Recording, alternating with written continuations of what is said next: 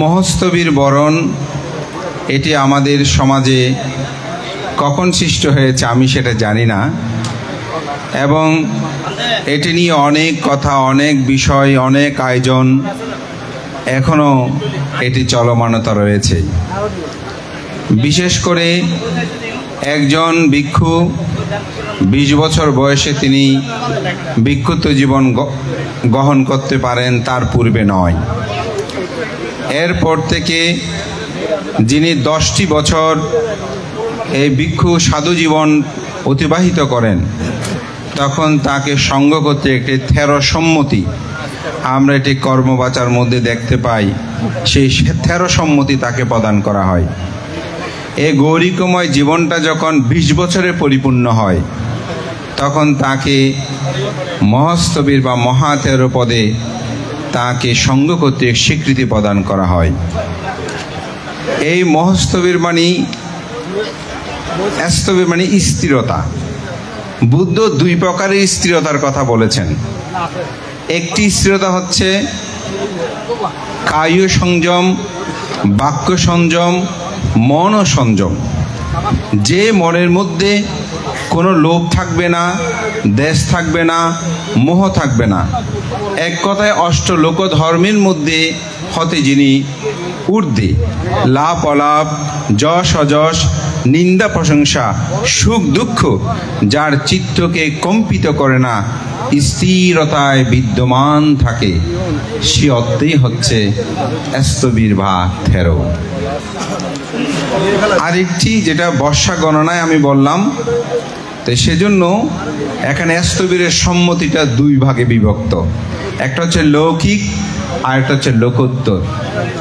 লৌকিকভাবে আমরা 20 বর্ষা পূর্ণ হলে তাকে স্থবিরিত্ব মহাস্থবির হিসাবে সম্মতি প্রদান করি। আর লোকোত্তর এটা কাউকে প্রদান করার মতো কোনো সুযোগও নাই, এটি তিনি নিজে নিজে অর্জন করে নিজের মধ্যে সেটা অবস্থান করতে পারেন। কারণ কে কোন চিত্ত জগতের মানুষ এটি আসলে সহজে উপলব্ধি করা সম্ভব নয়। আমরা যদিও অনেক সময় মনে করি কেউ যদি আকাশে উড়ে, কেউ যদি বিভিন্ন ঋদ্ধি দেখাতে পারে, আমরা অনেক সময় মনে হয় তিনি অরহত। আসলে সেখানে অরহত নয়। একটা খুব সুন্দর উপমা আছে। আমাদের পরম শ্রদ্ধেয় বিশুদ্ধাচার মহস্তবীর মহোদয়, যিনি ঢ্যামসা, যিনি প্রয়াত হয়েছেন, একদিন ওনার কাছে গিয়ে একজনে বলছে, ভান্তে, অমুক ভান্তে নাকি অরহত হয়েছেন। বলে, তুমি কেমন করে জানো? বলে যে উনি নাকি আকাশে উঠতে পারে। তো ভান্তে বললেন, পাখিও তো আকাশ উড়ে, তাই বলে কি পাখি অরহত? চুপ হয়ে গেল। অর্থাৎ আকাশে উঠতে পারলেই তিনি অরহত নয়। অরহত মানে ওরি, যিনি শত্রুকে হত্যা করেছেন। ওরি কি? তৃষ্ণা, মান, এগুলোকে যিনি হত্যা করেছেন, নিরোধ করেছেন, ধ্বংস করেছেন। লোভ, দেশ, মোহকে যিনি ক্ষয় করেছেন, যেগুলো মানুষকে হিংসাত্মক করে, মানুষের জীবনকে কলুষিত করে, মানুষ প্রতিনিয়ত সেগুলোর প্রতি ধাবমান হয়ে আজকে সমগ্র বিশ্বে যে অশান্তি, এগুলো থেকে যিনি দূরে থাকেন, সে অর্থেই তিনি অরহত। যার কাছে কোনো আকাঙ্ক্ষা নাই, তৃষ্ণা নাই, অতি সাধারণ, যার জীবন যাপনে যিনি অসাধারণ হন। তো আকাশে উঠতে পারলেই যে তিনি অরহত হবে তা নয়। তো সেজন্য এটা অন্তর্জগতের বিষয়। যার চিত্তে কোনো লোভ নাই, দেশ নাই, মোহ নাই, তিনিই হচ্ছে অরহত। এই অর্থে হচ্ছে স্থবির। আর বাহ্যিকগতভাবে বা মস্তবির, বাহ্যিকগতভাবে বর্ষা গণনায়, কারণ একজন ভিক্ষু তিনি সংসার, পোশাক আশাক সব কিছু পরিত্যাগ করে সাধুময় জীবন যাপনের 20টি বছর অতিবাহিত করা এত কিন্তু সহজ বিষয় নয়। নিজের পিতামাতাকে ছেড়ে, স্ত্রীপুত্র থাকলে তাদেরকে ছেড়ে সব কিছু পরিত্যাগ করে একজন মানুষ একাকিত্ব জীবন গঠন করা, এটি কি সহজ? তাই একজনকে প্রশ্ন করেছে, আপনি এই বিশাল বনান্তরে একাকী কিভাবে জীবন যাপন করেন? আপনি কি পশু? উত্তরে তিনি বলেছিলেন, আমি আমার পশুত্বকে ছেদন করেছি বলেই এই বনান্তরে একাকীভাবে থাকতে পারি। যিনি পশুত্বকে ছেদন করতে পারে নাই, তার পক্ষে বনে থাকাটা সম্ভব নয়। তো সেজন্য এটাকে নিরোধ করার জন্য একজন ভিক্ষু যখন 20টি বছর অতিবাহিত করে, তখন তাকে উৎসাহিত করা হয়, আপনার যে সুন্দর জীবন, এটাকে আমরা অভিনন্দন করি, আপনি আরও অগ্রসর হন, আপনার জীবনকে আরও স্থির করেন। সঙ্গ কর্তৃক যখন তাকে স্থির হওয়ার জন্য এরকম একটা বিশাল আয়োজন হয়, তখন তার অন্তর্জগৎটা জাগ্রত হয়। আমার 20টি বছর অতিবাহিত করাতে কত মানুষ জাতি ধর্ম নির্বিশেষে সবাই আমাকে পূজা করছে, আমাকে আরও সংযত হতে হবে, আমাকে আরও ধর্ম বিনয়ের প্রতি গৌরবশীল হতে হবে, আমাকে আরও উন্নত জীবন যাপনের প্রতি অগ্রসর হতে হবে। এটি তাকে মূলত উৎসাহিত করা। আমি যদি একেবারে খুব একটা সাধারণ কথা দিয়ে বলি, আমার ধর্ম ক্লাসে আমি একজনকে খাতায় লিখে দিলাম গুড, তো সেইটা গিয়ে বাড়িতে দেখাচ্ছে, বলেছে মা বড় ভান্তা আমাকে কিন্তু গুড দিয়েছে, সুতরাং ভান্তের পড়াটা আমাকে অনেক আগে শিখে দিতে হবে, অন্য করাগুলো বাদ দিয়ে সে এটাই বারবার শিখে আসে।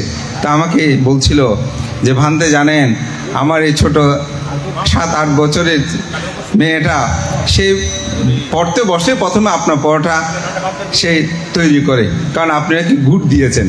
এটা হচ্ছে উৎসাহিত করা। মানুষের জীবনে অনেক সময় মন্দ মানুষকেও আপনি যখন বলবেন যে না আপনি ভালো হন, আপনি আরেকটু ভালো হলে মনে হয় ভালো হতো, দেখবেন উনি আরেকটু ভালোর পথে যাওয়ার জন্য তার প্রচেষ্টা থাকে।